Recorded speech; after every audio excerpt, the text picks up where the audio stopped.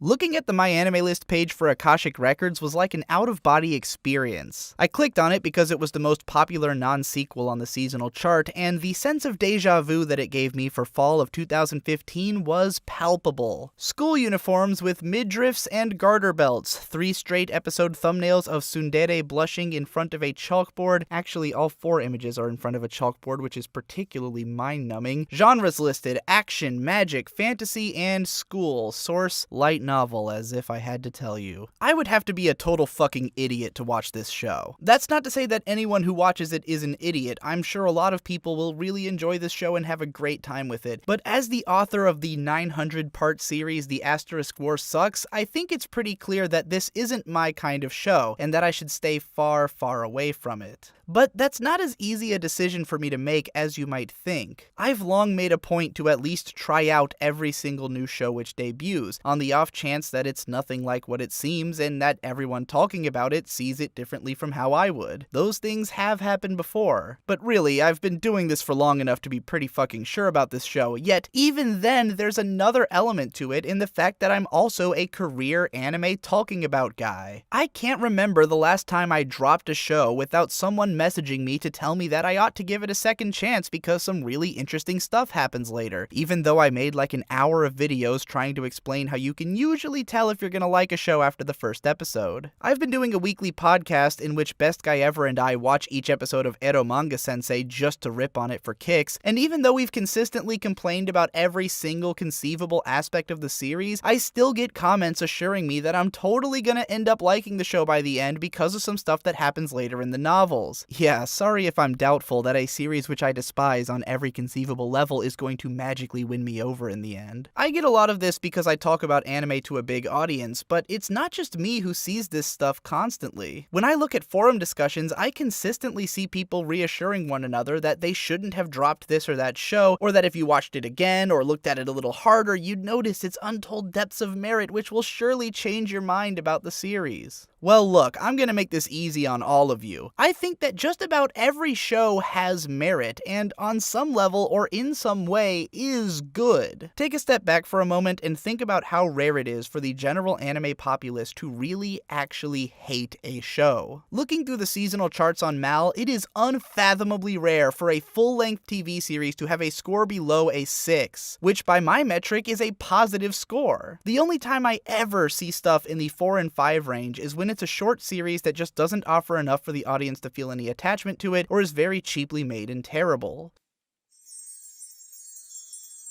わあ、綺麗なシャボン玉だね。私、嬉しくなるとシャボン玉を出したくなっちゃうの。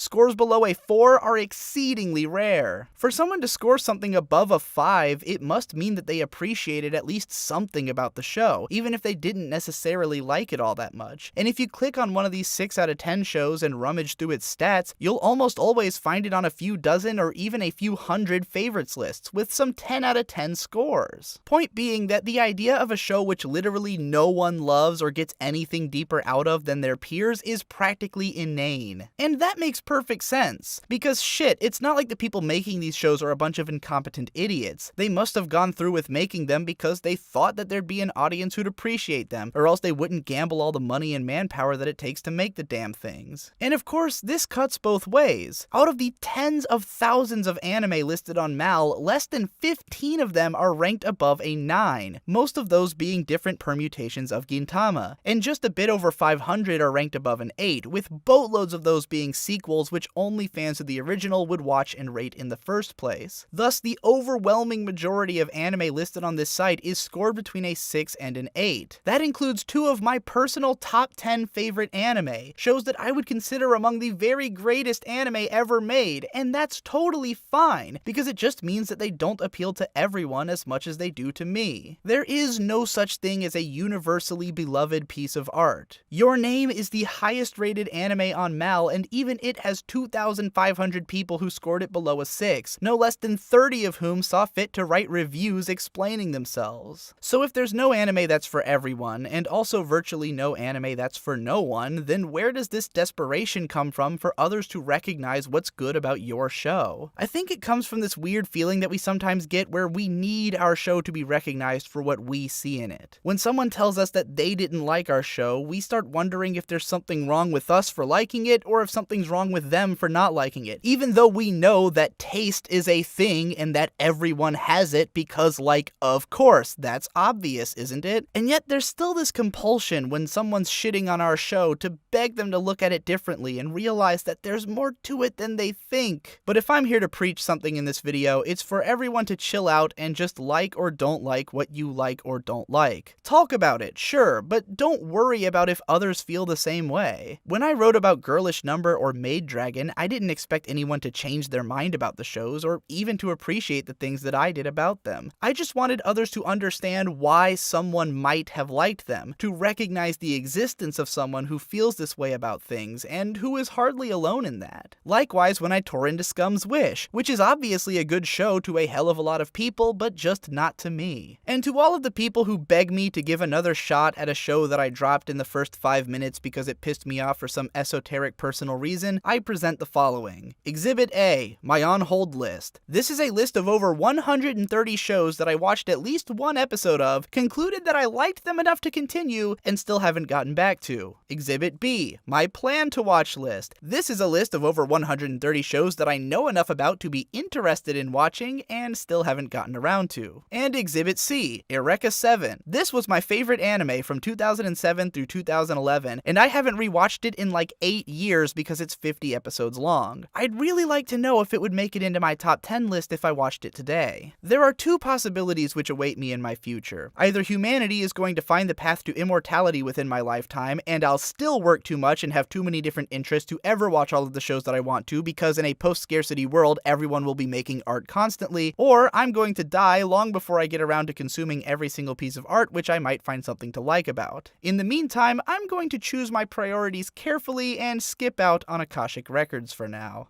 Since you've chosen to spend some of your limited time on this earth watching my YouTube videos, I'd really appreciate it if you could contribute to their continued existence. I've just made a huge change to my Patreon, moving it to a monthly payment system so that it can fund a greater variety of content across all of my channels, and I'm also offering exclusive podcast shows and live streams as backer rewards now, so if you've never checked out the Patreon before, now is a great time to give it a gander. Check out my other channels for more alternative content, and as always, thanks again for watching. I'll see you in the next one.